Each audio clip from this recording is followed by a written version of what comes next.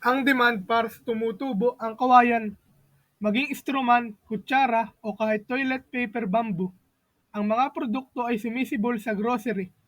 Ang mga estante sa lahat ng dako ay karaniwang may tatak bilang greener na alternatibo sa plastik at papel, ilang uri ng mabilis na lumalago.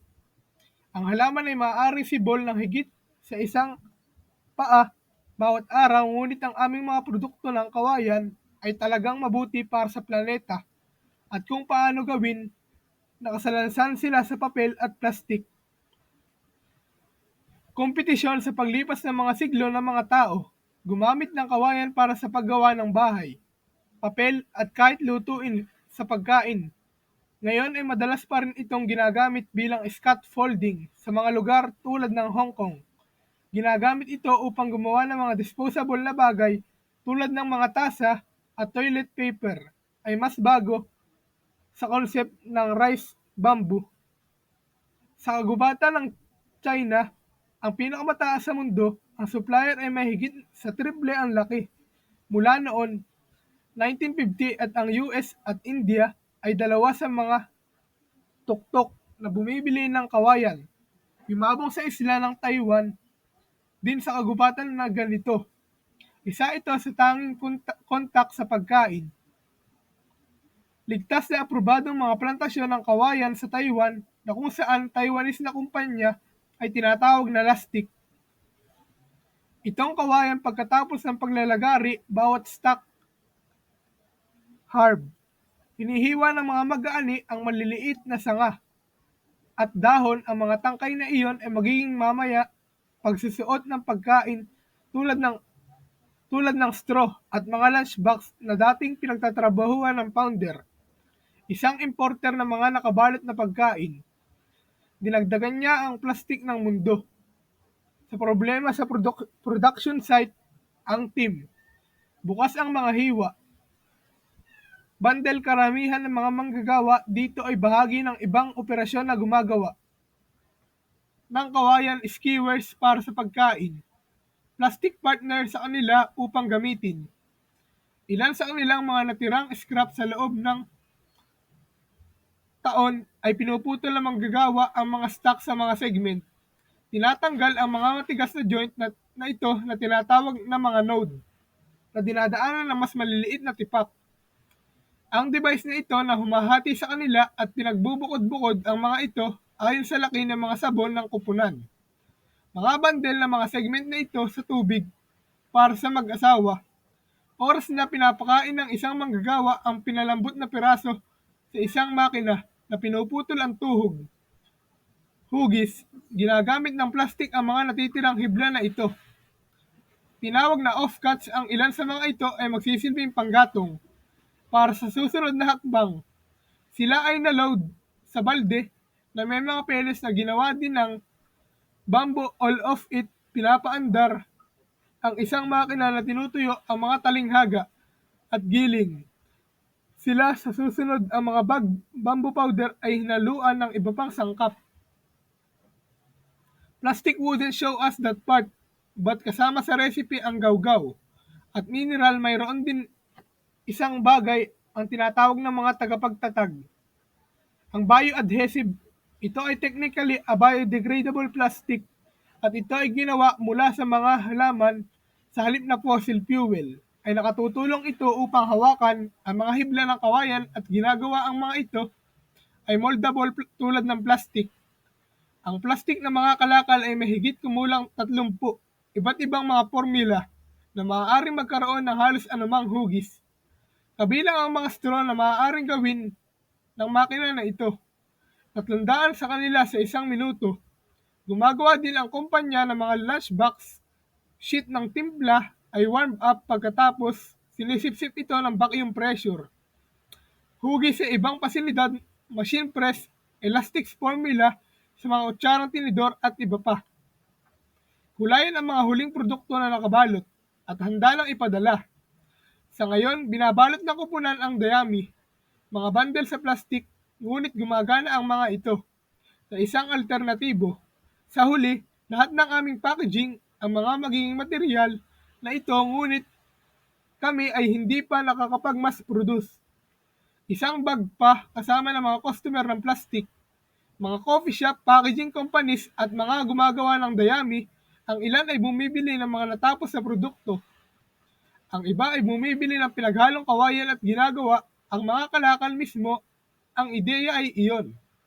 Ang mga tagagawa ay madaling lumipat mula sa plastic to plastic, pwede na lang gagamitin sa parehong makinarya na nagpapalit lang ng ilan sa mga setting ng temperatura sa mga makina at maaari namin gawin ang eksaktong pareho. Para sa sabi ng kumpanya, lahat ng products made mula sa material nito ay maaaring masira ng kalikasan na isang pangunahing detalye ng marami. Nabubulok ang mga plastik ay nasisira lamang sa pang-industriyang compost. Pasilidad sa ilalim ng napakatiyak na temperatura at kahalumigmigan. Kondisyon ang aming produkto na hindi mo kailangan ng anumang espesyal na makinarya, kaya mo ito. Ang decompose ay isang natural na kapaligiran. Mabilis ngunit huwag lamang kunin ang salita ng kumpanya para dito. Mayroon itong 7 iba't ibang mga sertipikasyon na sumusuporta dito. Kabilang ang isa sa pinakamahigpit sa mundo. Mga pagsubok para sa compostability na tinatawag na AS581. Para maabot ang pamantayang iyon, kailangan mong patunayan na ang produkto ay nabubulok sa ilalim. 180 araw sa isang home compost bin at na ito ay hindi nakakalason kahit nasa mga uod na naninirahan sa lupa. Mas mabilis masira ang isang produkto. Kalikasan ang mas kaunting oras na kailangan itong makakapinsala o gusutan ng hayop, ngunit mahigpit sa kapaligiran. Epekto kaysa sa biodegradability tulad ng enerhiya. Ang paggamit ng plastik ay nagbabahagi ng isang pag-aaral na nagpapakita nito. Ang mga paglabas ng produksyon ay hindi iyon. Iba sa karaniwang plastik, pero sabi, ito ay isang magaspang na pagtatansya ng iba. Ang pananaliksik ay tumingin sa higit sa 100 iba't ibang produkto ng kawayan at natagpuan ng karamihan sa kanila ay may mas mahabang emisyon kaysa sa katulad ng mga bagay na gawa sa iba pang mga materyales kabilang ang plastik. Iyon ay higit sa lahat dahil ang mga bagay na kawayan ay may mas kaunting enerhiya ang kinuha para makagawa ng isa pa. Mga posibleng panganib sa kaligtasan ng ilang bamboo plastik. Komplikasyon ang mga recipe para sa kawayan. Malawak ang pagkakaiba-iba ng plastik at kung minsan ay maaaring maging hindi ligtas sa 2022 ang European Union. Sinira ang iligal na pag-import ng lalagyan ng pagkain na gawa sa kawayan at plastik na nagsasabing maaari silang tumagas na nakakapinsala. Mga kemikal sa peligrong halaga lalo na kapag pinainit. Ang mga pangunahing isyu ay hindi kawayan. Ngunit tinahalo ito sa isang uri ng dagta, tinatawag na mamin na hindi ginagamit ng lastik. Sa ngayon, hindi pa nakapagbebenta ang kumpanya mga produktong may kawayan at mga ito sa samantala, ang Europe ay kumakain ng hindi regular. Maaari magkaroon ng kalusugan ang mga lumang plastic container. Epekto din, may ebidensya na maaari itong magulo sa mga hormone ng tao. At pagkamayabong, hanggat ang mga produkto ng kawayan ay nasubok sa kaligtasan at tunay na nabubulok, malaki ang posibilidad na mas magaling sila. Option kaysa sa plastic. Ngunit paano sila stock up laban sa mga produktong papel hindi katulad ng mga punong kawayan ay maaaring tumubo mula sa mga ugat nito. Matapos itong putulin ng wala, muling pagtatanim at maaari itong anihin tuwing ilang taon. Habang ang mga pine tree ay tumatagal ng mga dekada. Upang mapahinog ang tinatayang 2 milyong puno, ay pinutol at ginawang toilet paper. Tuwing araw ng isang kumpanya na tinatawag na Real Paper Sources. Nakawayan nito mula sa kagubatan na ito sa Southwest China. Ang mga stock na ito ay hindi bababa sa 2 taon. Matanda matapos putulin ang kawayan. Ang ipinapadala ito ng harvesting team sa pamamagitan ng chipper. Mula dito ang mga chips ay tumungo Sa paper mill sa loob ng mga tangke na ito, ang mga chips ay pinainit na may halong kemikal hanggang sila ay malambot at mas magaan. Kulayan ng pulp ay tuyo at pinipiga sa mga sheet sa ibang pasilidad na sila ay naging higanteng mga rolyo ng papel na kilala bilang magulang. Pinapaikot ng mga roll machine ang papel sa maliliit na carton tubes at hiwain ang mga ito sa toilet paper roll na alam natin at mahal ang proseso ay karaniwang pareho para sa paggawa ng karaniwang toilet paper. Maliban sa karaniwang tissue ay gumagamit ng pulp mula sa mga puno sa halip cotonil ay nakuha sa mainit na tubig para sa pagkuha ng sapal ng puno mula sa boreal ng Canada. Kagubatan kung minsan ay tinatawag na Amazon. Nang sa Hilaga, ito ay isang napakalaking carbon sink at tahanan ng mga nanganganib na species tulad ng karibo. Ang mga pangunahing tatak na ito ay gumagamit ng virgin forest fiber mula sa global lin na mahalaga. Kagubatan para sa isang produkto na ginagamit namin para sa iilan. Na segundo at i-flash pababa ang palikuran ay tahanan din ang rehiyon. 600 komunidad ng mga katutubo. Mga taong umiiyak ako minsan kapag ako ay nakaupo sa aking bahay, nag-iisip tungkol sa mga lupain kung paano ito mawawasak.